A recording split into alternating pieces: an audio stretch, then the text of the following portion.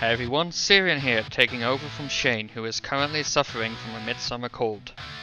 This week's update is close to my heart as the Clan Cup returns with a focus on Big Game Hunter. But first, it's Elite Dungeons and Dungeoneering week in the summer escape. This is the week to go for the loot drops in Elite Dungeons, since that drop rate is doubled. Don't worry too much about dying, since you get a free death per run. At the same time, deaths in Demonheim occur no penalty at all. If you missed out on the Slayer benefits last week, Elite Dungeon monsters award 25% extra Slayer experience. And finally, you get double Dungeoneering tokens if you decide to train Dungeoneering the old-fashioned way. Next up is the Clan Cup, which this year consists of catching as many dinosaurs as you can within an hour. Several changes have been made to Big Game Hunter for this week to keep things fair. Clans will definitely want in on this, since a victory grants access to a 12% XP boost and 100% faster capping for a month, a crystal avatar, and a sticky thread in the recruitment forums. Runners-up will get a smaller XP boost of 9% and 75% faster capping, as well as access to the crystal avatar. The final big update this week is the removal of the Sigil slots, with their effects now being achieved through abilities. You can get access to the sigils by crafting codices, which are now slightly more expensive than the original sigils, as they no longer require an ongoing maintenance cost. Due to the complexity of the sigil removal, many bugs creeped into the game. Jagex has been working hard on fixing them, and the worst bugs have already been resolved. A friendly reminder that if you find a bug, report it and avoid abusing it, as bug abuse can lead to an account ban. It is worth remembering that complex updates like this can contain bugs, so keep calm and carry on. For a full analysis on what went right or wrong, listen to the full show later this week. This week also had a plethora of patch notes, so let's have a look through some of those.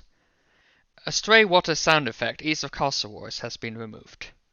Boosting your Slayer level to kill NPCs above your base level now rewards the correct amount of Slayer XP while on task. Metallic dragon trinkets now correctly note reinforced dragon bones after killing elite rune dragons.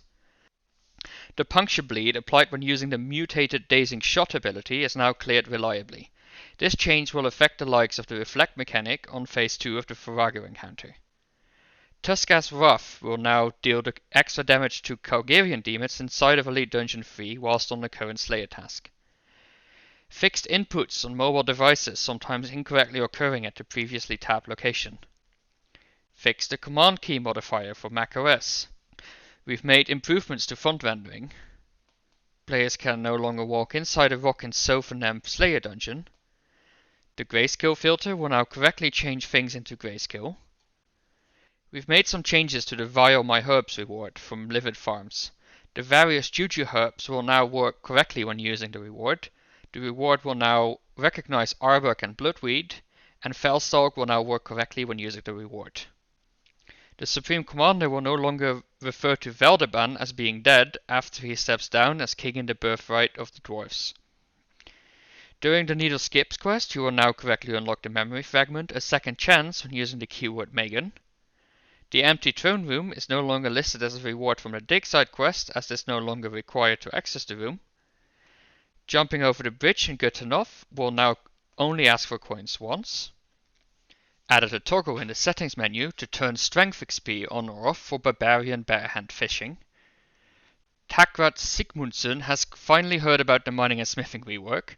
At the end of the Framenic Isles quest, he now says that you can mine Dracorelief behind the northeast bridge instead of Runite. Author Sanctifier unlock description now correctly displays as holding 50 charges instead of 10. A grammatical inconsistency within the Dungeoneering skill guide has been resolved. A grammatical error when a 7th spirit disappears has been resolved. Shop interfaces no longer close if you have less than 3 inventory spaces left. Clan chat job titles will once again now update the clan chat player list when the alphabetical position changes with display name. And finally, camera shake can now be disabled in the game interaction section of gameplay general settings. Join us this weekend for our insights on this week's update. Subscribe to the channel to get notified automatically. As always, thanks for watching, and if you find this video at all useful, please leave us a like.